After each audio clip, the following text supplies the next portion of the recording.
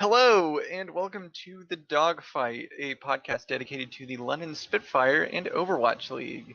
Fasten your seatbelts and observe the no smoking sign because today we'll be discussing the end of the London Spitfire's Stage 2 run as well as what is on the horizon for Stage 3. I am Havokpus and I'm joined by Zoey once again. Hello. Hello. How are you? I'm okay. That's good. I am okay too. Well, Zoey, it was fun, but Stage 2 has to come to a close. The London Spitfire did close it out with some regular season games, and we should probably talk about that first for just a little bit. They beat the Shanghai Dragons pretty easily with the GC Busan squad, and they beat the Dallas Fuel 3-1 in actually a pretty exciting match. The Dallas Fuel have been looking really good since they made their latest roster. Yeah, I mean, they didn't look that good on that match either. I mean, to be honest, but now they're looking much better.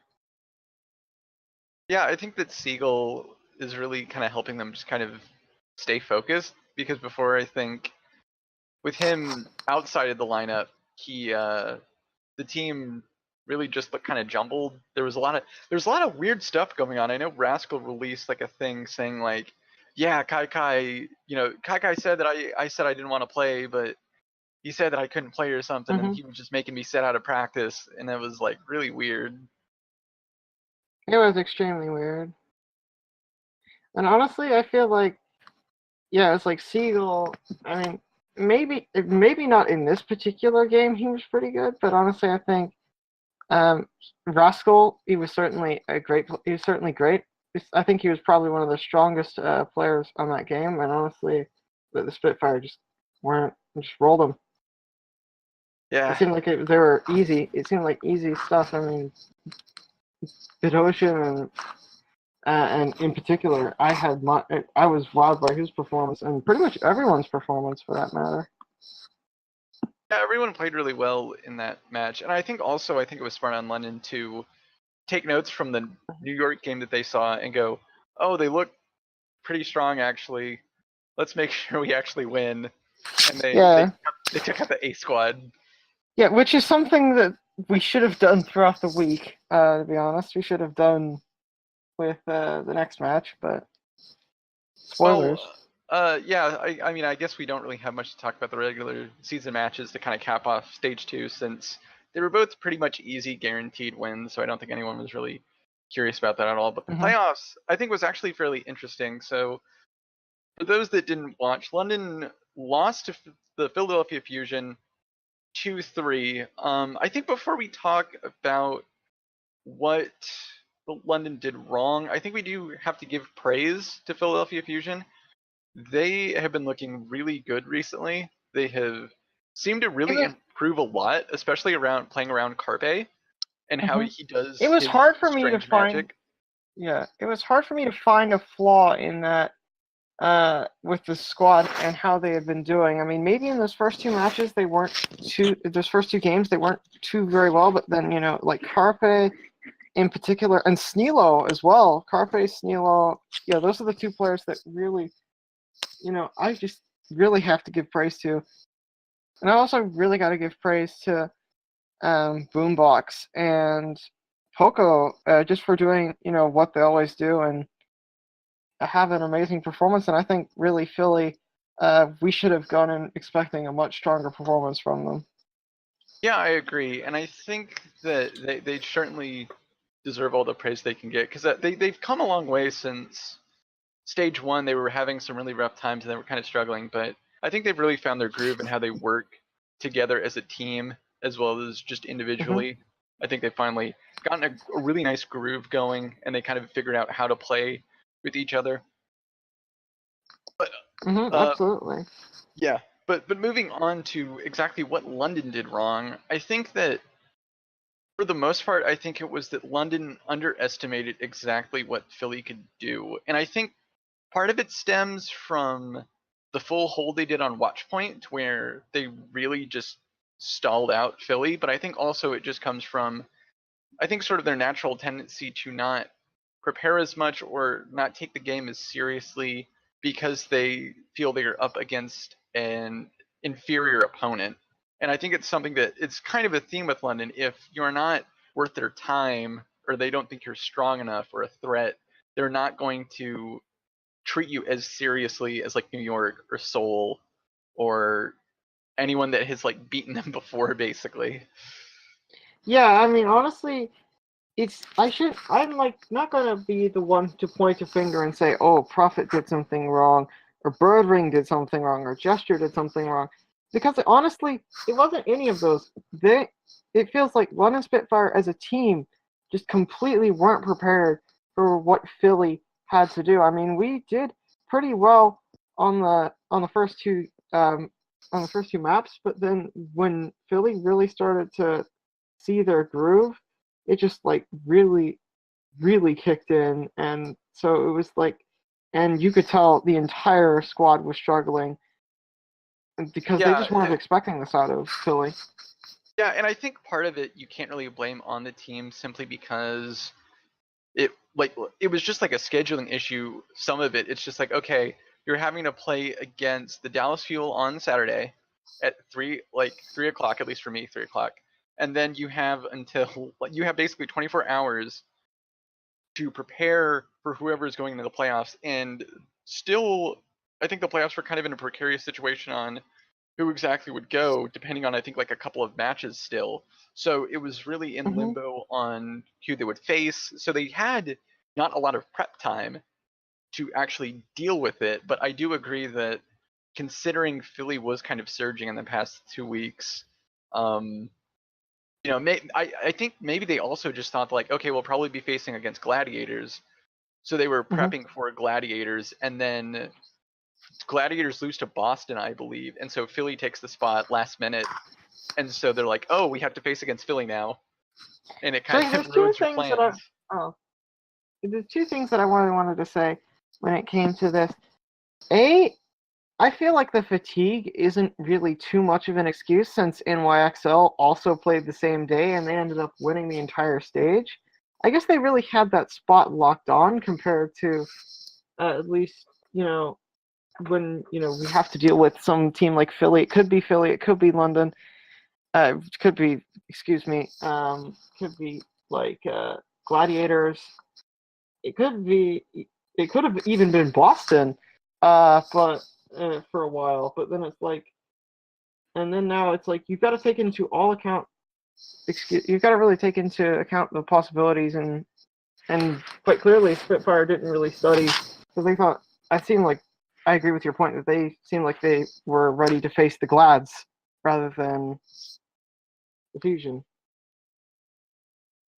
Yeah, and I also think that the players, I think you mentioned before, were just kind of not on their game. I think Birdring especially was someone that I think you can point out. His Widow Bird definitely. Ring. I can really point out Profit. Oh Looking really? at I didn't. I thought Prophet was actually doing fine, and I think that Looking at the Birdring was the one stats, that he was slouching. has less than a. Looking at the stats, he has less than a 1 KD. What's his usual KD? Right. He has like I think he is 33, 34. So yeah, I can specifically point him out, and I could also point out people like Bird Ring, and yeah, especially Bird Ring. But I feel like that just doesn't do it justice. Well, I guess. I Mm-hmm. think it's hard to say, but I do think that the team did look somewhat off, and maybe for whatever reason, maybe they were tired. Maybe it was just they didn't prepare for the right team. Whatever. They certainly did look off, and I think that's just something on them that they have to deal with. One last question for this, or I guess point was, some people were saying that they should have put Wuhyal in for Fury, and I'm actually not sure if that would have even made a difference. I know they have different play styles, but I'm not sure if trading in one Diva player for another Diva player would actually be the impactful move that would have won them the series or not. Would it have? I mean, certainly Wuhyal has a lot different of a style, and I feel like it wouldn't have made too much of a difference. So honestly, I just think the answer to that question would be no, it wouldn't have. Yeah, the thing I struggle with is that they're both very good at Diva in what they do, and they're both very good at their specific style. And Hmm. I think it's just a matter of kind of splitting hairs and thinking like, okay, well, how would you like your Diva to play for this map or this series? And I guess you just have to deal with how the team plays around that Diva. Yeah, I mean, like, to be honest, I feel like the Diva couldn't really survive too long, especially if it's like regardless if it's Wukiel or Fury, just because everyone around him performs so poorly. I mean, with the exception of Gesture, really. Everyone around him performed so poorly that it just wouldn't have made a huge difference. Yeah, that's probably true. I mean, I feel the same way, and I think that subbing in one role, especially if it's just a Diva role, is not that impactful. But I suppose I would like to see that match be played again with Wuhiel just to see how similar the result would be. Maybe they would have played a little better. Maybe the supports would have gotten a bit more protection. Maybe the dive would have been followed up better with, Wuhiel versus Fury. Who knows? But Yeah, I mean, who knows? I mean, I guess it's the only way to. I mean, I guess the only way to find out was to see it, and quite clearly that didn't happen. So I guess. yeah. Well, the good news, Zoe, is that the stage playoffs don't affect your regular season standings. So we're still Yeah, it's number effectively. 2. Yeah, it's just a money match, effectively. Exactly. It's just for some extra cash. And I mean, C9 is already loaded. We don't need more money. Mm-hmm.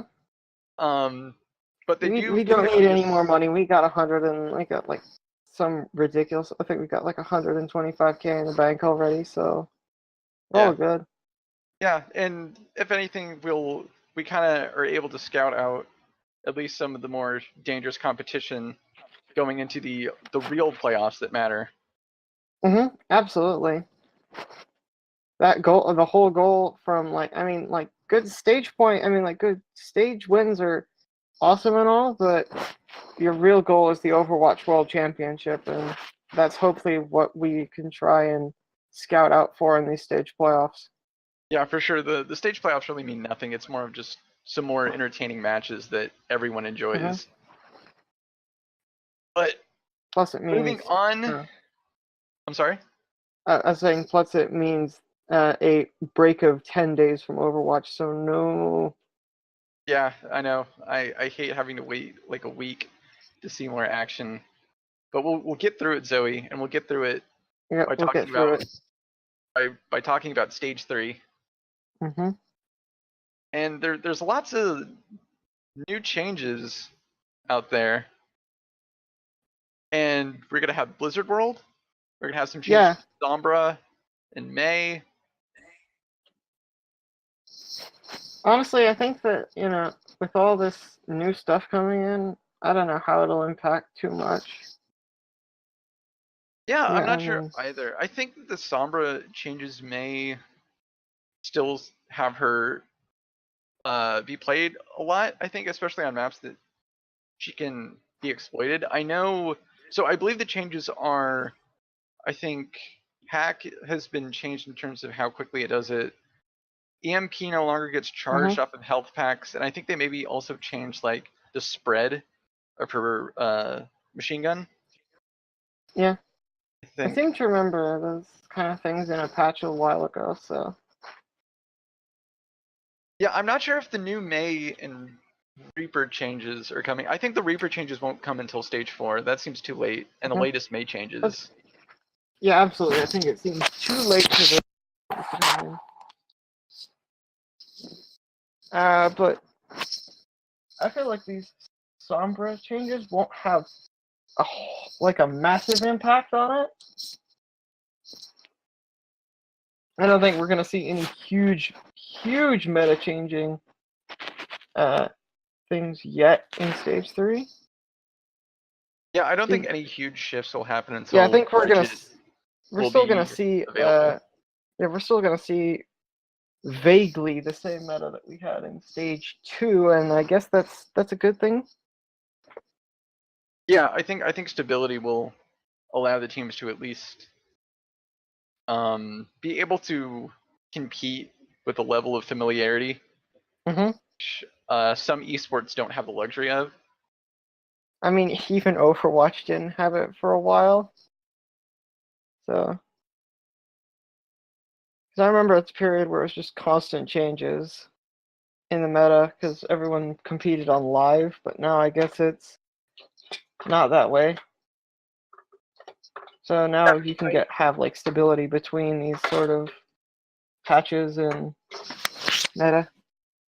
Yeah, I actually really like that Blizzard's doing this and sort of updating the pro matches between stages because it kind of gives everyone a chance to not have to like completely completely just disregard all of their strategies because they have to like figure out this new thing for the match that's It's something that some esports unfortunately have way too much of, where it's just like, oh, now we've got to readjust our strategies to this new meta that's coming in with this new patch, and oh no, it looks like this one hero doesn't perform as well now, and what are we gonna do? It just like feels like that sort of stuff just doesn't happen in Overwatch as much as it used to.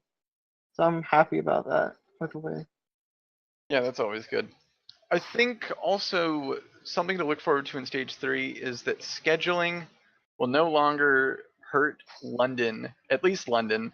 London will no longer have to like do these back-to-back matches where they have to like play 2 days in a row. They'll at least get a day's break before their second match so they can kind of catch their breath. They can maybe practice a little bit more. They don't have to rush anything. You know, they get more prep time, which for London is this thing that makes them really scary because if London can have prep time, they can look unstoppable. Absolutely. I think there's one exception to that. We're not playing 2 days in a row, but I guess we can easily roll the dragons. So I guess that really just doesn't hugely count.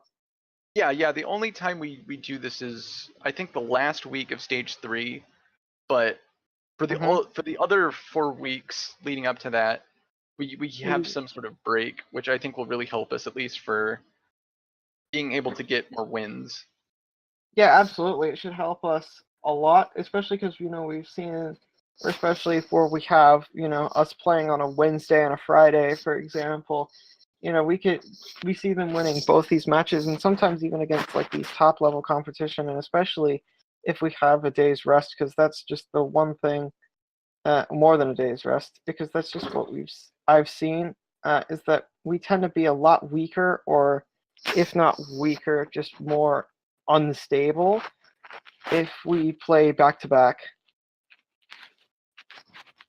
I mean, I think I would assume that would affect any team just because they have less time to truly get into the zone because you play one game one day and then you can't really kind of relax and get yourself ready for the next one. It's nope, next day you got to get going again. Yep. I mean, honestly, I think honestly think that this is going to be, something that should be really scary for pretty much any other team because, as you said before, once we have once we have 48 hours rest, we are very, very scary indeed. Yep. And I think lastly, probably the biggest thing and the thing that I'm most excited about is all of the roster changes, all of the people that are getting signed on. We get to see Gaguri play. I know Gekuri is and honestly is exciting me so much. So excited. Gaguri. Ah. It's gonna be so great. I hope she does really well. I know. I really hope she does well too. And finally we get to see all these Koreans come in. We get to see Saya player probably get to come in too. We get to see maybe Tizzy get to come in sometime during the stage. Hopefully. I think Tizzy will be here by the time stage 3 starts. Yeah, he should be here. But like I don't know if that. Yeah, Tizzy, I'm really excited to see too. I think he's a great addition, and someone I've been spotting in the Korean scene for quite a while now.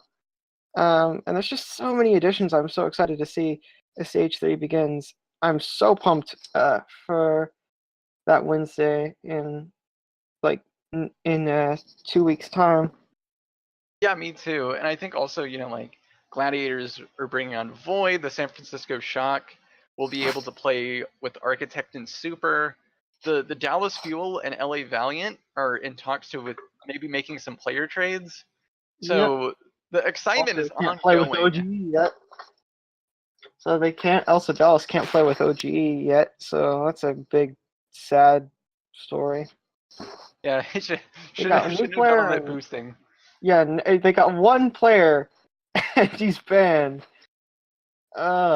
Controversy cannot be escaped when in the Dallas Fuel. Rascal made a mistake. Rascal, yeah, get promised playing time and end up being benched about 90% of the time. Even when he is Rascal did make one hell of a mistake.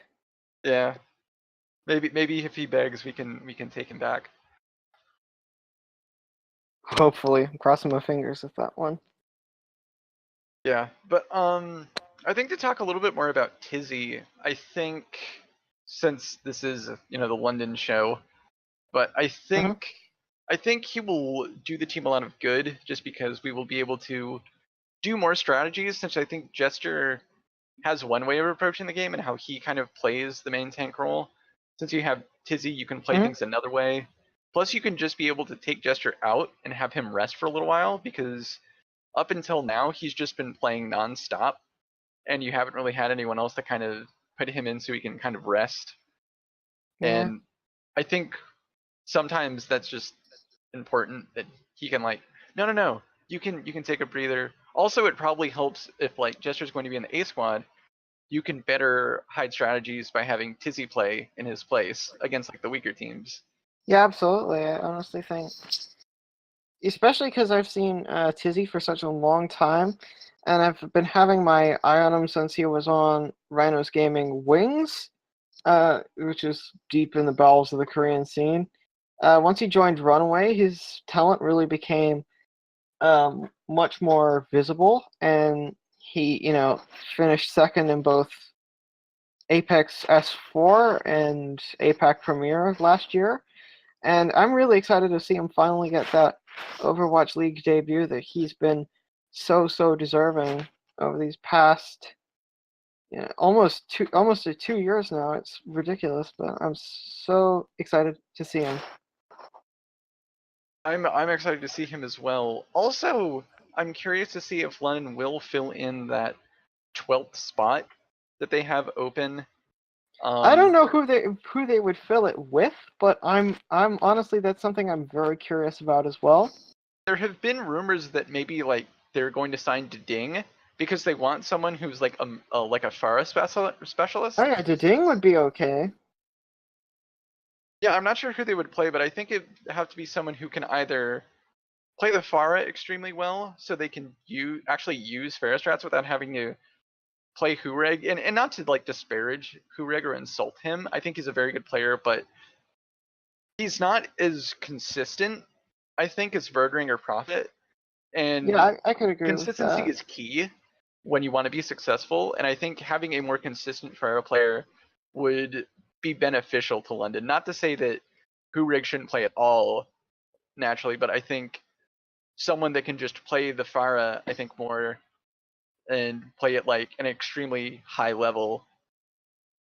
Yeah, absolutely. I think that, especially, the Pharah specialist and the sort of, I feel like a Pharah specialist would be extremely good addition. I mean, yeah, because, again, Hureg is kind of so on that kind of Pharah. I feel like that 12th spot would be, but the question is, would we even play? Would we play him as much as, Hureg and the rest of the DPS guys? I think if he's a Pharah specialist, I think you can. There are definitely maps that really benefit from Pharah play, or at least certain points. And I think you definitely need to have someone who's really good on it so you can be effective with those. So I think someone who, ideally someone who can okay, I can play Pharah really well, and I'm also maybe not bird ring level, but I'm super duper good at maybe another hit scan or a couple hit scans, so they can really flex off. So you're not forced to play Farah through like a whole rally of objectives. Mm-hmm.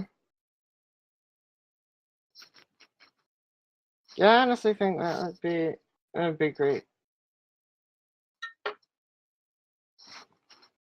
Well, we will just have to see, and I honestly can't think of anything else to say. I don't know. What about you, Zoe? Do you have anything else to add?